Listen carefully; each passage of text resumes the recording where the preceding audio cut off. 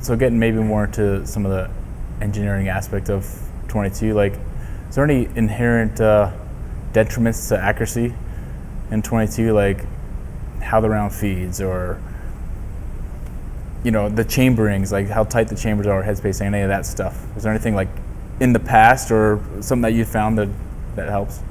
So one of the things that you'll hear us talk about with the Vudoo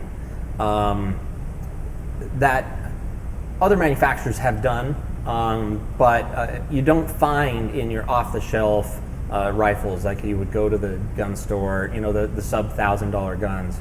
And this is something that our engineer, Mr. Mike Bush, spent a lot of time developing so it worked properly, and that's called our control round feed. As the bullet is pushed forward out of our magazine, it actually pops up into the two extractors, and they hold on to the cartridge while it feeds it directly into the chamber. What that means is that bullet isn't going to ride along the edge of a chamber. It doesn't have a feed ramp.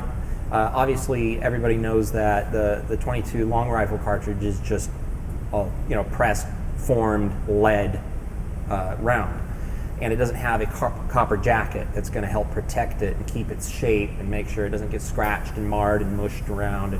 And that has caused problems with some of the 22s that are out there, where they just feed up a feed ramp and push into the chamber. It's going to scrape a big line down that lead and cause variation in its flight downrange.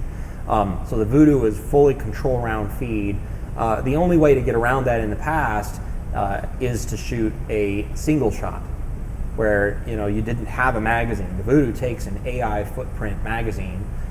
It's our probably pride and joy of the Vudoo. It's our patented, fully custom designed magazine, and it's part of the reason that the Vudoo is able to be as accurate as it is.